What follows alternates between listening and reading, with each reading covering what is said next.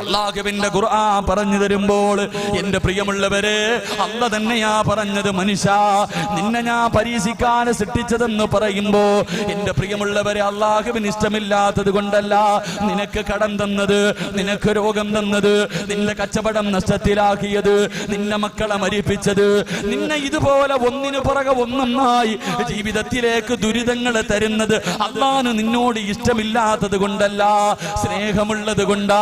സ്നേഹമുള്ളത് കൊണ്ടാ. അല്ലാഹുവിന്റെ റസൂൽ പറയുന്നു, സഹാബാ, അല്ലാഹുവിന് ചില അടിമകളുണ്ട്, ആ അടിമയ്ക്ക് സ്വർഗം നിർബന്ധമാണ്.